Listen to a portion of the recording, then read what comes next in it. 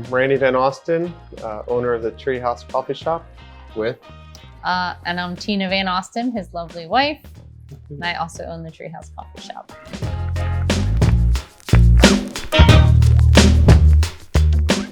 The Treehouse first opened in Collingswood in May of 2003. It's on the day of the Collingswood May Fair.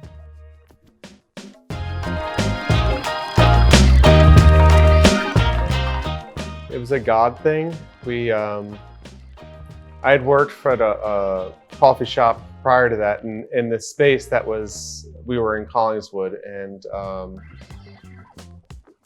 the lady had opened it to be a light in the community, and we wanted to keep that vision alive. So there was a group of like 15 of us that were trying to keep that vision alive. But being young, I was like 21 or 22 at the time, and you think things are going to happen faster and everything's slower than you expect. So by the time we got to really opening it, there was only 3 of us left at the time.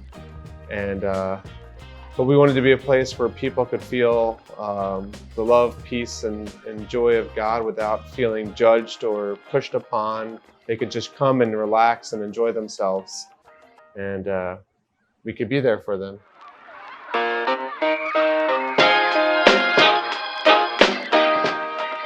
So when we were first looking and inspired to open the coffee shop, there was a coffee shop called the Living Room Coffee House located in Collingswood, which is where we ended up. And that woman was moving and had to sell her business. She was moving to Seattle. And so we caught on to her idea of what she was doing, and we wanted to continue that and spread it. And so that's what inspired us to look into opening a coffee house ourselves, and to share that vision of just loving on people.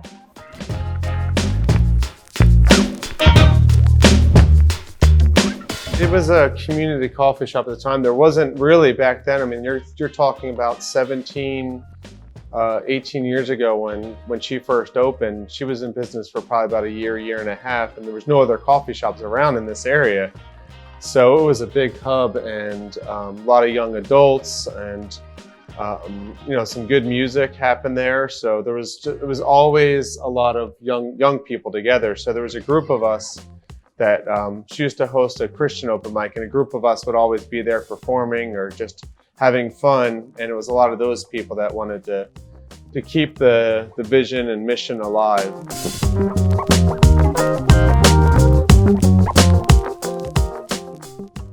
The name The Treehouse Coffee Shop comes from Psalm 1 and Ezekiel 47, which both talk about trees planted by streams of water. And those trees grow leaves to heal people and fruit to feed people. And so we thought that really aligned with our mission of just wanting to be able to serve the best quality food that we could, that would really nourish and feed people. And at the same time, just giving them good customer service where they're treated like a human being and not just another order, and to be able to really grow and foster those relationships.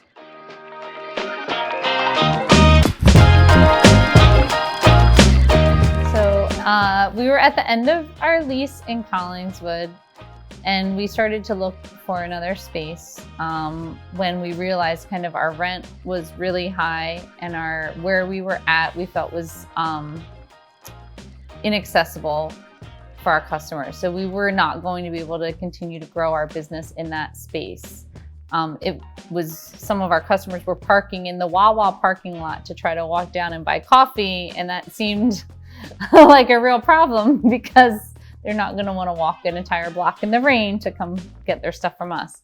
So as we were looking in the town of Collingswood, we were unable to find a space that we could afford or was the right size. There just wasn't a property that was the right fit.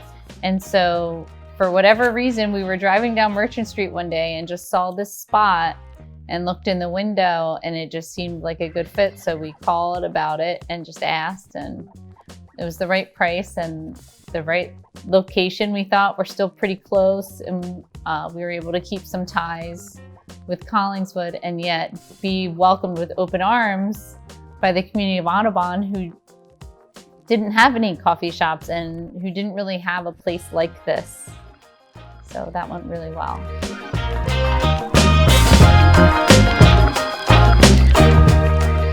Well, I guess there's many ways I think the business has changed. One of the big things is we've learned a lot because neither one of us had any kind of degree in hospitality or food service. She was a civil environmental engineer when we opened, and I was just graduated college with a degree in psychology and urban studies. And I'd done some missionary work up in Maine, building a ship. So neither one of us knew a whole lot. And I managed a coffee shop for, for about a year, but it wasn't extensive training and extensive work. But when we first opened, most of our food came elsewhere.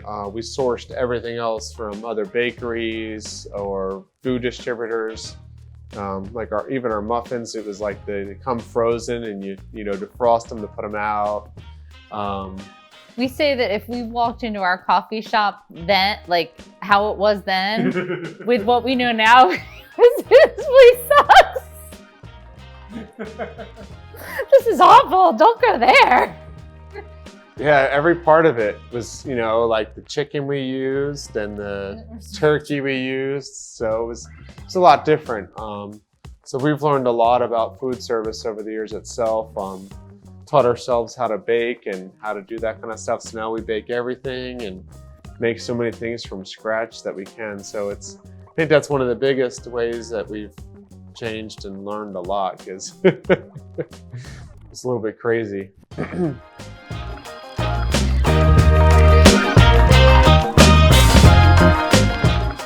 So back when I found, we actually were not married when we first opened the coffee shop.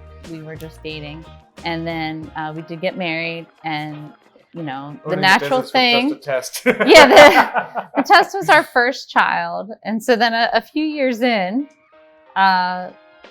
we were blessed enough to have Mateo. And so when we were faced with that, we just said, like, how can we possibly do this and be good parents at the same time? And that was also part of the move from Collinswood to Audubon, was another inspiration of wanting to be able to make this balance work. And so we had created a space that was really kid-friendly, where our child could be with us while working. And so there are some really funny stories. I got very into baby wearing, because that's what you do. And so we were serving up lattes with a baby on my back. And people might not know this fun fact. We actually had a second location in a Cherry Hill office building for a while. And when we were also faced with the idea that we wanted to have more children, we decided to close that location. And so then along came Liam. And back out came the baby wearing gear. And we've brought our kids with us, and they've grown up in the shop, and it's a constant battle. I will tell you, as a mom, and I know, talking from other moms, that there were times when I just said, like, I really don't ever want to do this again with more children, because I felt very inadequate as a mom, not being able to give my children what I thought they needed. Now that they're getting older, I'm realizing that maybe they got something a little bit different, but better is relative. And so my kids are really good at communicating with people, and they're not super shy. Not at all. So, and I think that they've learned some really neat life skills that maybe other kids didn't. But at the same time, there's always a balance. And, just like we're learning to be better business owners, I think we're always learning how we can be better parents too. And so to self-evaluate and really try to figure it out as you go, I think.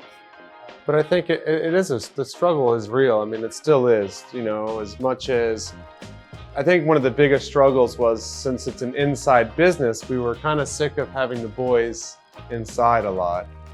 So, I mean, luckily we've been able to make the change and not have to be here as many hours, and the boys can stay home and they can go outside and play. But for quite some time, they were inside a lot. And for us, we didn't like that. However, besides the lessons learned and not being shy, I think something else is they gained more family. So many customers would adopt them, and like one guy, Grandpa Charlie, would sit and Mateo would sit with them. They both get their croissants and they would read the paper together, and it's those kind of things that I think, you know, like it takes a village, and we were very blessed to have an amazing village around our boys.